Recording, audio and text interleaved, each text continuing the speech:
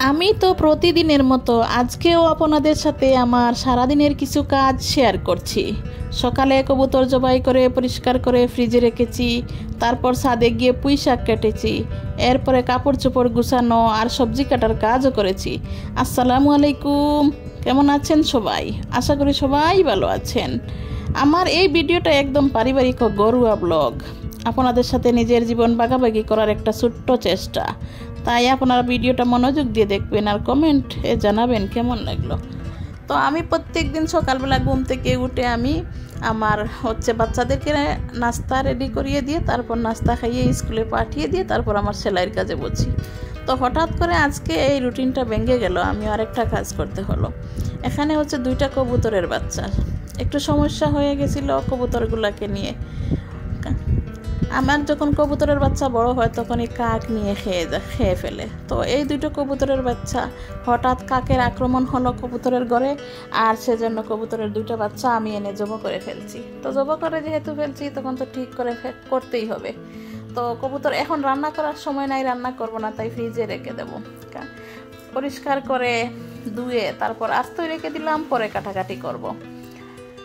তো কবুতরগুলো আমি ফ্রিজে রেখে দিয়ে পরিষ্কার করিয়ে তারপর আমি তো পরিষ্কার করেছি, অনেক সময় লেগেছে তাই না, কাজ করেছি অনেক সময় লেগেছে, কিন্তু তোমাদেরকে আমি অল্প একটু শেয়ার করলাম। সারাদিন সেলাইয়ের কাজ করার পর একটু ছাদে চলে গেলাম।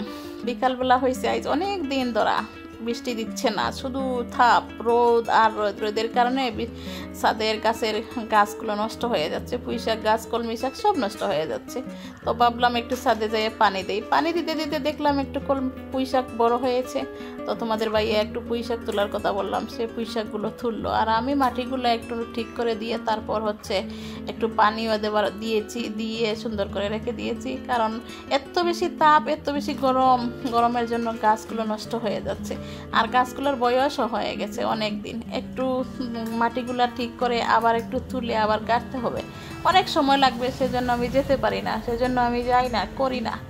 তো কি আর করার, এরকম করে পুঁই শাকগুলো কেটে নিয়ে তারপর চলে আসলাম।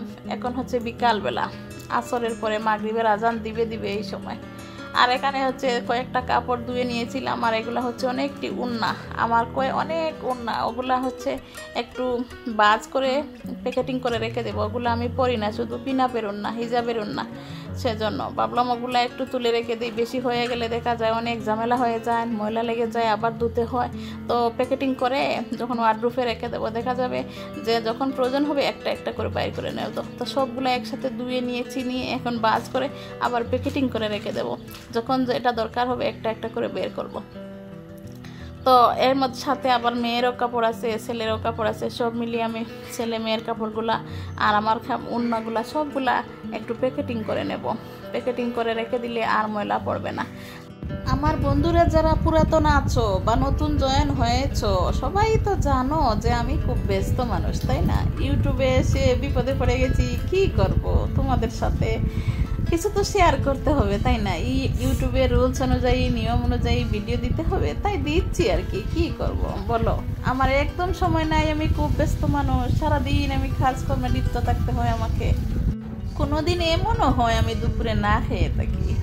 সন্ধ্যার আজান যখন দেয়, মাগরিবের আজান দেয় তখন আমি গোসল করি, মাগরিবের নামাজ পড়ি, জোহরের নামাজ, আসরের নামাজ পড়ি, এইভাবে তারপর আমি রান্না করি, তারপর আমি খাই। বেলা দেখা যায় 10টা 11টা বাজিয়ে যায় আমি রান্না করে খেতে খেতে।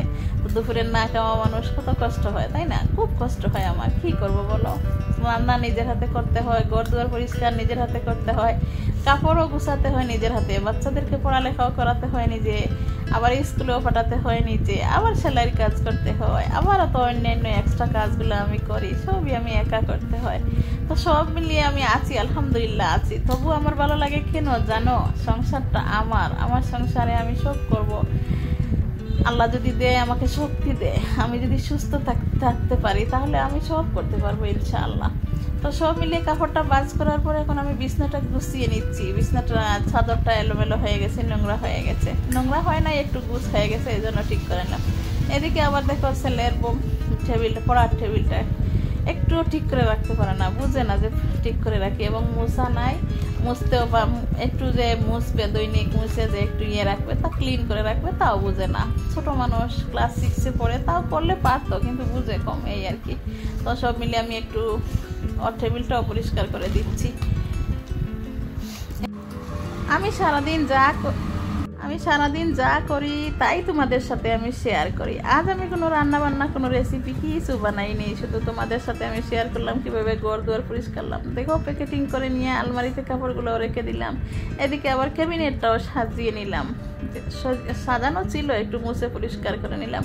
আবার এদিকে চলে আসলাম সকালে রান্না করার জন্য, একটু 5 মিশালি সবজি কেটে রাখার জন্য। তো ওগুলো হচ্ছে ডাটা, 2টো বেগুন আছে, 2টো আলু আছে, একটা শসা দিয়ে একটা আইটেম করব, সেজন্য এগুলা কাটাকাটি করতেছি।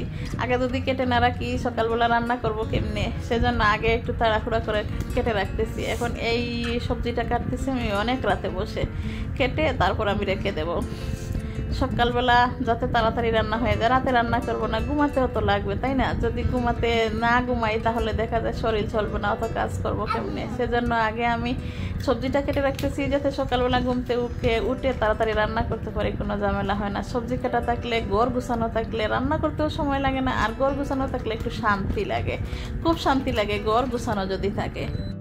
তো এটাই ছিল আমার আজকের ভিডিও। কবুতর জবাই করলাম, শাকসবজি কাটা আর ঘরের কিছু কাজের ঝলক আপনাদের সাথে শেয়ার করলাম। আশা করি ভিডিওটা দেখে আপনাদের ভালো লেগেছে। ভালো লাগলে অবশ্যই একটা লাইক দিয়ে যাবেন, আর কমেন্টে জানাবেন কেমন লাগলো। আপনাদের সাপোর্টই আমার এগিয়ে যাওয়ার অনুপ্রেরণা। আরও নতুন নতুন ভিডিও পেতে আমার চ্যানেলটা সাবস্ক্রাইব করে পাশে থাকবেন। আগামী ভিডিওতে আবার দেখা হবে ইনশাআল্লাহ।